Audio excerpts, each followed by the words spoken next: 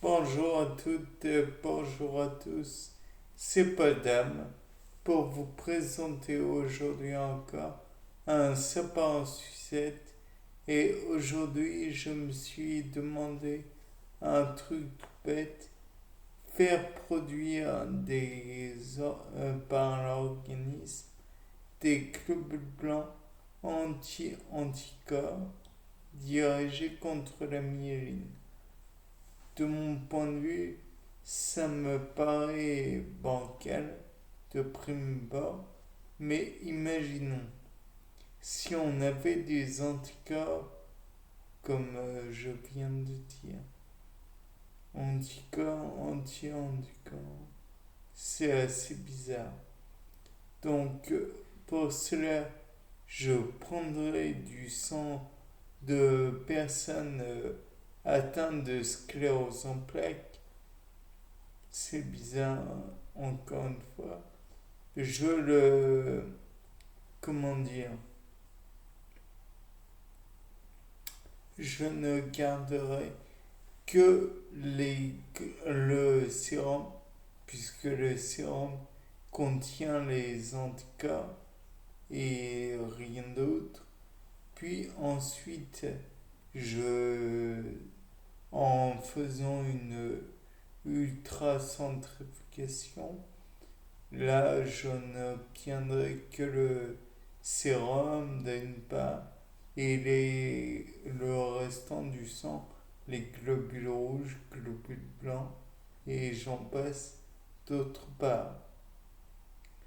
Ensuite, dans ce sérum, il y a beaucoup de choses, pas que les anticorps. Donc, ce que je ferai,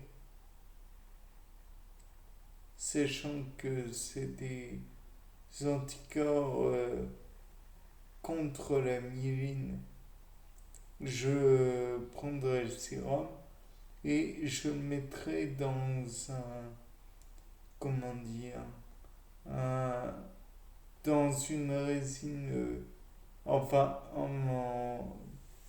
je ferai une séparation entre d'un côté les éléments cationiques et particulièrement les anticorps, bien que je ne sache pas si c'est cationique ou anionique. Peut-être devrais-je essayer de mettre une résine, une résine, oui, contenant de la myéline et les anticorps s'agglutineraient dessus pour justement la, la détériorer en fait. Et peut-être que par la suite, euh, j'obtiendrai un sac d'anticorps uniquement dirigé vers de la myéline.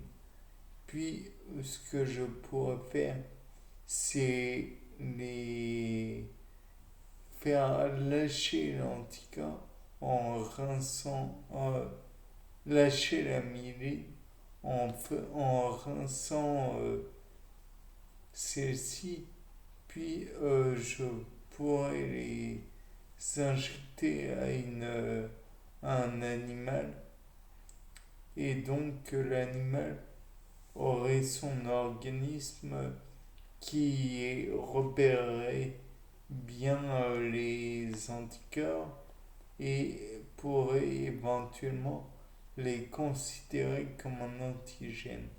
Cet antigène serait finalement euh, les anticorps et l'organisme de l'animal les capturer. On pourrait ensuite les prélever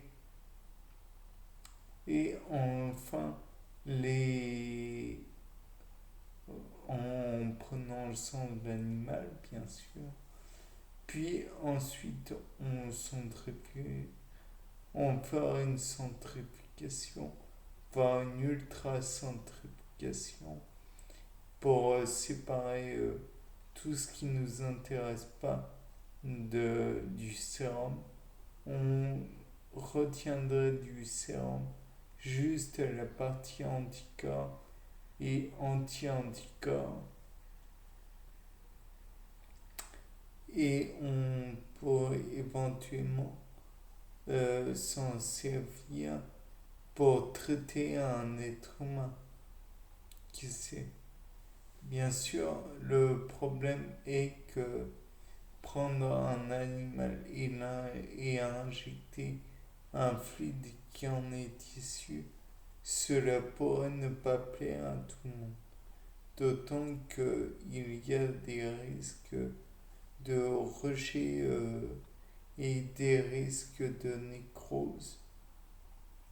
Peut-être que juste garder les anticorps de l'animal serait et les injecter à une personne atteinte de sclérose en plaques serait efficace, mais je n'en suis pas sûr.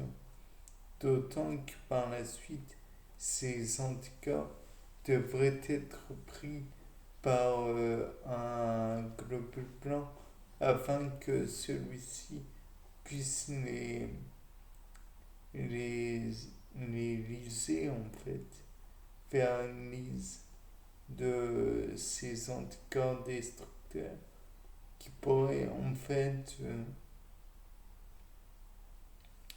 causer d'autres problèmes, mais on ne résoudrait qu'une partie du problème, puisque la partie qui nous intéresse, c'est non pas apporter une solution ponctuelle, mais apporter une solution complète. Or, dans le cas présent, les anticorps ne sont pas forcément produits par des globules. Je ne sais plus en fait par quelle partie du corps sont produits les anticorps. Peut-être devrait-on essayer de chercher cela dans les organes lymphoïdes secondaires, par exemple, qui pourraient, par exemple, passer la barrière hémato-encéphalique,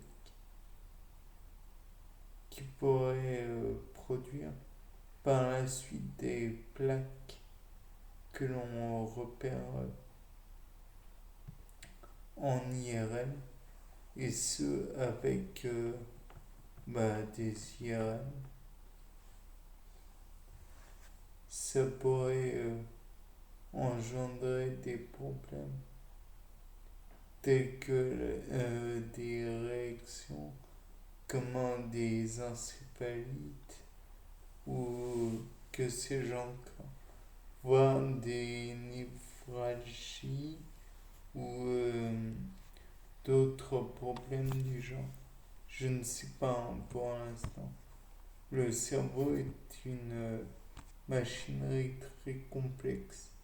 Bien, c'était Paul Dame pour un nouveau sapin en sucette. Au revoir.